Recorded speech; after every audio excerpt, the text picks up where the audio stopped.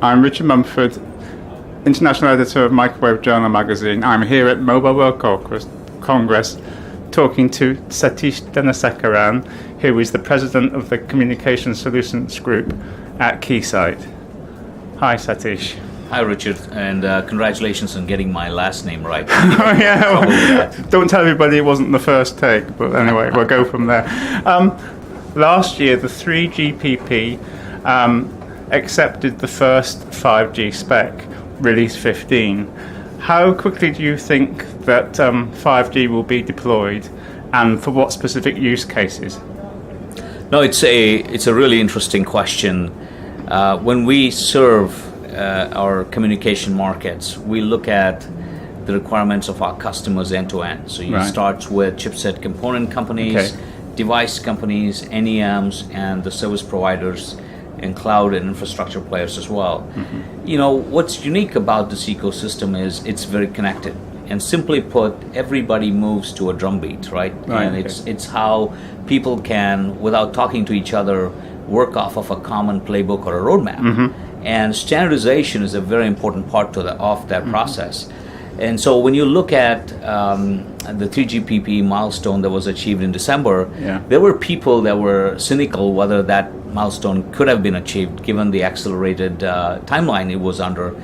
But the industry got there. And then people said, well, you know, does it have enough pages in the standards for it to be ready? So, you know, one comparison you can draw is how many pages of the spec was there when the industry launched the Release 9 version, which was in LTE, which feels like yesterday, but it was in 2009. Yeah.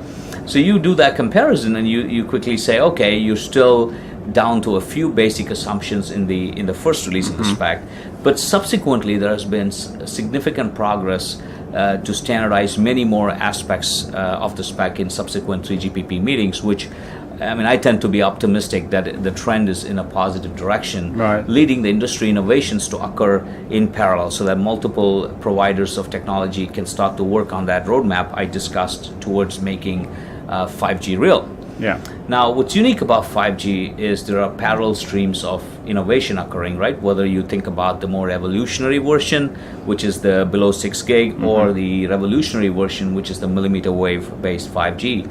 And so depending on also which part of the world you're in, that question about when will 5G be ready, what use cases may emerge, could be slightly different. Yeah. But I would say that largely industries is coalescing around having a meaningful deployment start in 2020 timeframe, and many of the service providers around the world are competing for first mover advantage. May even actually announce something prior to that. So that's very good.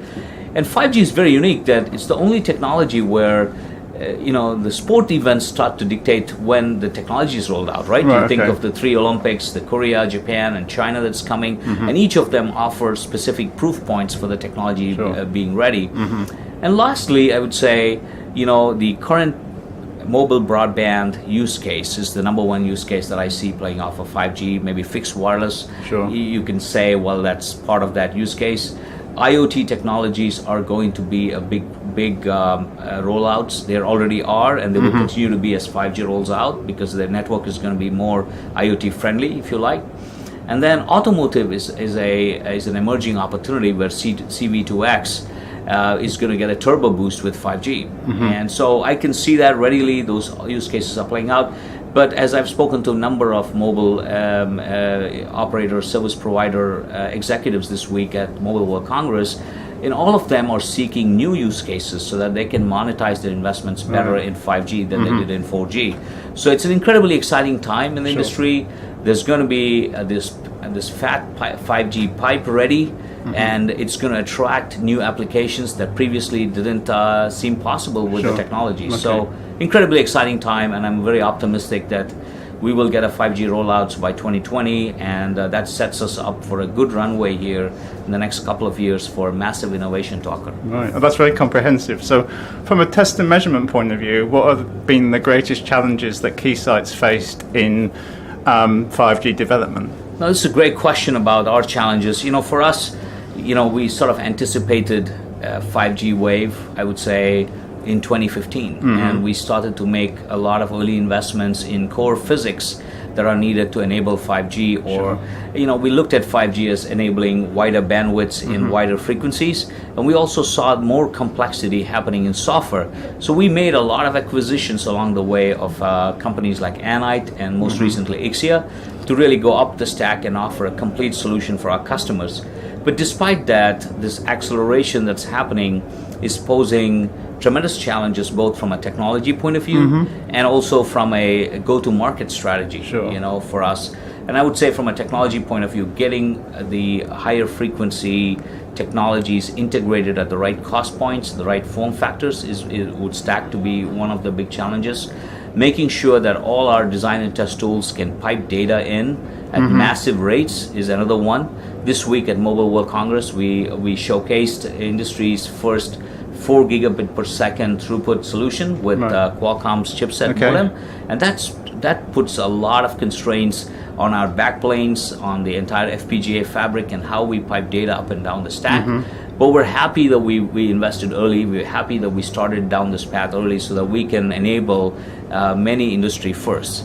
But lastly, I would say, as we are developing capabilities today, we're often collaborating with customers at the same time. This co-development model is something very unique to our industry, and we're innovating on that front as well. So that's largely the three big challenges. But I'm happy to say that Keysight is leading in 5G, and we're well positioned to capitalize on this wave, and most importantly, to enable the ecosystem to be successful. Right, okay. So, I mean, you've explained a certain amount, but obviously from a test and measurement point of view, how is Keysight supporting 5G systems, say, below 5 gigahertz and also in the millimeter wave bands? Yeah, our approach, is to have a global look, right? We look at all the ecosystems forming. We look at what's needed first from an outside perspective, and then figure out what we do about it. That's our fundamental philosophy. And if you think about the organizational transformation we did a few years ago under leadership of our CEO Ron Nersessian, it was all about building this outside-in fabric for our company. And that's really enabled us to have unique insights into how we see the customer needs evolving and how we architect to those needs. So one of the examples is our solutions are very scalable.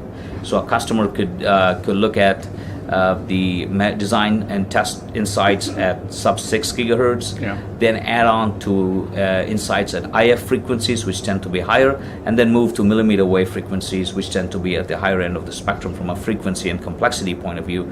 But the ability to take a platform today and grow as your design tool needs is something that our customers find very compelling about the way we have designed our solutions for 5G. Finally, as well as 5G, technologically, what is Keysight focusing on at Mobile World Congress? Yeah, thank you for asking that question. It's an incredibly exciting time for all of us to be here at Mobile World Congress. I remember being here 2 years ago talking about 5G, and it seemed like 5G would be a 2022, 2023 event. And you look at it today, and 5G, we're in the grasp of 5G, right? And the pace of acceleration that the entire ecosystem has enabled is just fantastic, and we're happy to be part of that.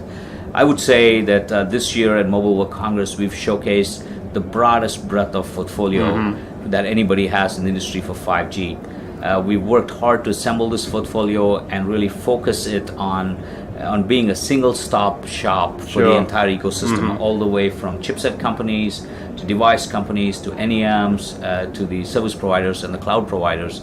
Through the acquisitions we've had, to the organic capability we've had, we've been able to put together that portfolio. And the strong proof points are, you go to the Qualcomm booth, and they're showcasing our technology for 5G with the 4 gigabits per second.